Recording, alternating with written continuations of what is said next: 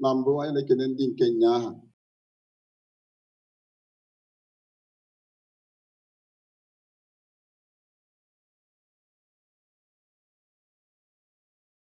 ya na ndị fada episcopal vicar nke Yara region na cathedral administrator Fada Patrick Ezefunamba ndị so wee chụọ aja nyaha ịmalite nche anyasị isi nneọma Paulina anya na ọfụma anyị na-ekele ha. Tata na-ekelekwa nnukwu nna anyị ukwu Most Reverend Dr.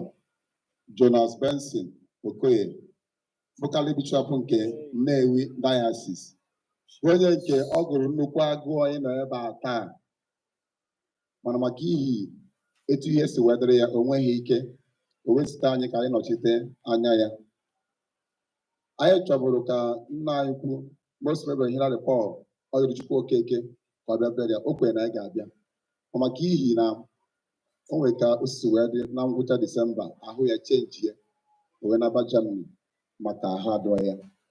Nna anyị ukwu wee yọzie President Chancellor si abịa nọchite anya ya ebe a. Olu this morning Chancellor nwere ka ahụ si kwedị akpọzie fada si mụnwa bịa dịka Dean Yara Dinari ka bịakwuo n'afọ ya isi ezinụlọ a na ha nọ na mmụọ n'ebe a, so ha so ụnụ tasie ya unu jisi ike na ha nọ na mmụọ n'ebe a nọnyere ụnụ. Bishọp na-aba anyị Hilary and Jonas Benson ha so jisi ike na ọ ga-adị mma site na Kristi onye nwe anyị.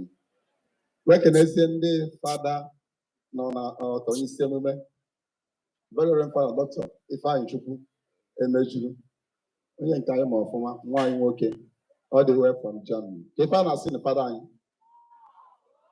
ụnadị nkuzi okwu ka ihe na-asị na ya ịmakwa ihe ọ pụta ife n'elu. So many flights were cancelled maka ihe of snow. So many flights ma nye nwaziri ọnwụ.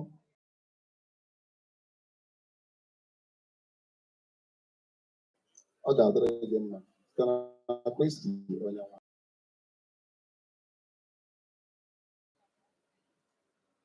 Fada nọ n'aka nne Fada Ifeanyi Chukwu, Fada Obinna,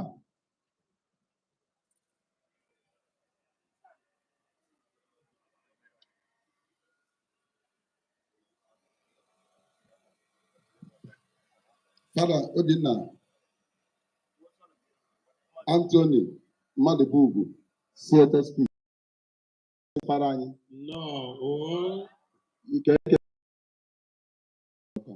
kene Fada Stan Nwigwe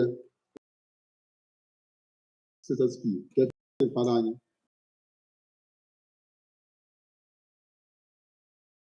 kenezie Fada Obinna Henry Okenu, Father both the parish priest St. Teresa's Osakwe Ihala.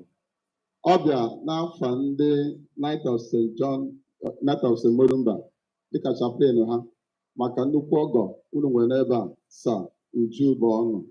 Ka ha na-asị fada anyị fada nnọọ pụọ ọtọ ka ndị mmadụ fọrọ gị fada biko gọziere gị daalụ.